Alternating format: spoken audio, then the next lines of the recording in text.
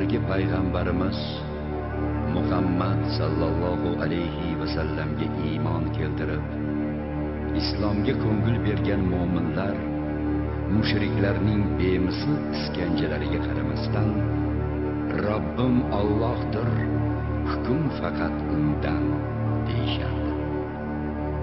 Kimdir Hazrati Ammor misoli savalanardi.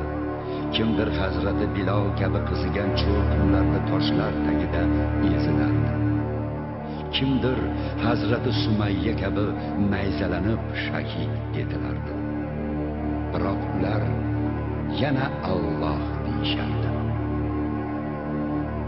Butun ayblari La ilaha illalloh Muhammadur Rasululloh degan mu'minlarni tortgan azoblari qarshisida Janobimiz xafa bo'lib, to'xtovsiz